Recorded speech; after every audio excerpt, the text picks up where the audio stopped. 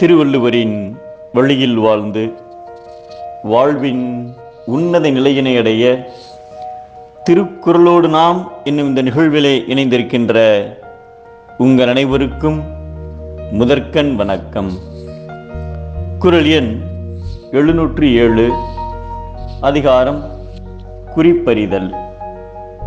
ஒரு இளைஞனுக்கு வேலையின் இடமாற்றம் காரணமாக வீட்டை காலி செய்து கொண்டு வேறு ஊருக்கு போக வேண்டிய நிலை ஏற்பட்டது. அந்த ஊருக்கு போக வேண்டுமானால் வழியில் ஒரு பெரிய ஆற்றை கடந்து செல்ல வேண்டும்.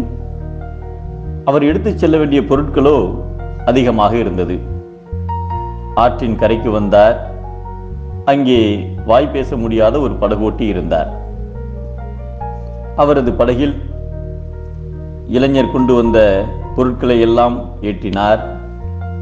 படகோட்டியோ அதிக பொருட்களை படகில் ஏற்றியதால் படகு பாரம் தாங்காது என்பதை அறிந்து முகத்தில் அதிருப்தியை காண்பித்தார். ஆனால் அந்த இளைஞர் அதை கண்டுகொள்ளாமல் படகில் ஏறிக்கொண்டார். படகு கிளம்பியது. படகோட்டியோ முகத்தை உம்மென்று வைத்துக்கொண்டு சோகமாய் வந்தார். படகு ஆற்றில் சிறிது தூரம் சென்றதும் மழை பெய்தது. மேலும் படகு சிறிது தூரம் செல்லும் போது பாரம் தாங்காமல் மெல்ல மெல்ல ஆற்றில் மூழ்கத் தொடங்கியது. இந்த நிலைமையை கண்டதும் இளைஞன் பயந்தார்.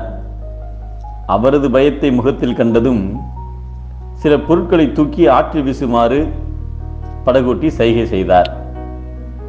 படகு தண்ணீரில் மூழ்கவிருப்பதை தெரிந்து கொண்ட இளைஞர் உயிர் பிழைத்தால் போதும் என பாரத்தை குறைப்பதற்கு அவர் எடுத்து வந்த ஒவ்வொரு பொருளையும் ஆற்றில் வீசினார். இவ்வாறு செய்ததால் படகு மெல்ல மெல்ல மேலே எழும்பியது.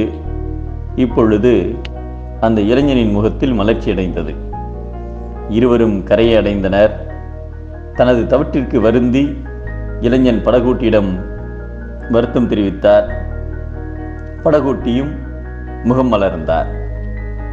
ஒருவன் விருப்பம் கொண்டாலும் வெறுப்பு கொண்டாலும் அவனுடைய முகம் முற்பட்டு அதை தெரிவித்துவிடும். அந்த முகத்தை விட அறிவு மிக்கது உண்டோ என்பதை முகத்தின் முதுக்குறைந்தது உண்டோ உவப்பினும் காயினும் தான் முந்திரும் என்கிறார் நம் தெய்வப்புலவர் திருவள்ளுவர். வெறுப்பு கொண்டால் சுருங்கும் முகம், அன்பு கொண்டால் மலரும் முகம்.